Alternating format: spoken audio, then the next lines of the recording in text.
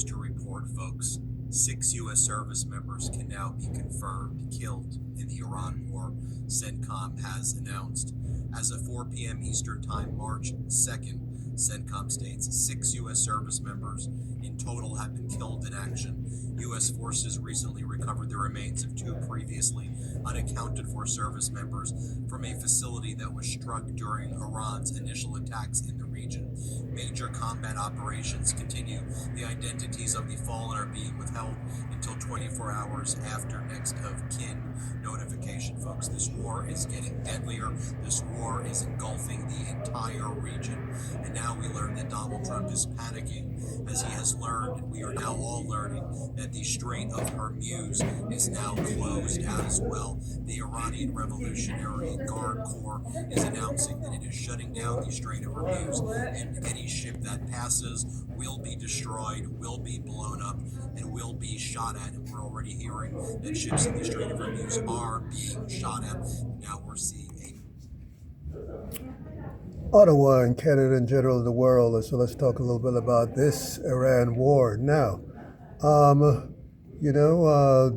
Trump and Netanyahu went in this war under the apparent pretext that, it was by doing this war, they were going to have apparently some kind of regime change, and this would spur the Iranians to all of a sudden revolt against the current Iranian government, and it's just more and more propaganda, lies, dissembling, obfuscation, and in fact, according to the same Midas Touch network here, they in fact indicated that apparently Netanyahu and Trump were able to break through and hack into the Iranian broadcasting systems and try to so-called spur the Iranian people. But how many people think that Iranians are going to really be inspired by either Trump, the guy who's bombing them up now, or Netanyahu, the guy that was oppressing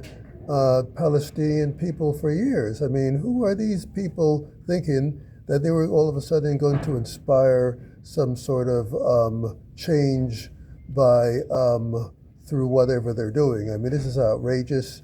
The biggest secret, in my view, of this, from my perspective of international relations, is in fact Iranian government, which in my view definitely is a terrible oppressive government.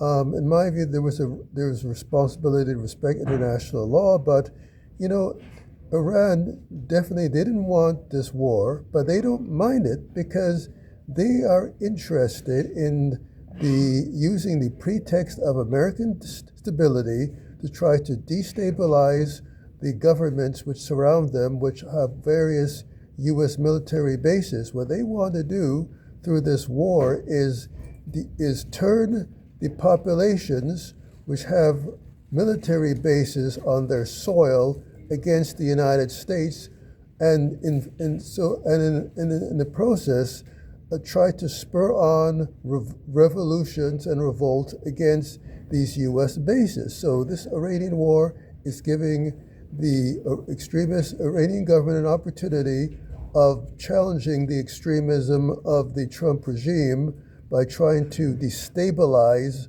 all these governments around the Strait of Hormuz that have U.S. military bases, to get this population to blame their own governments for these bases, bringing this sort of devastation that they're now seeking with this outrageous, ill-advised war. So that's the biggest secret.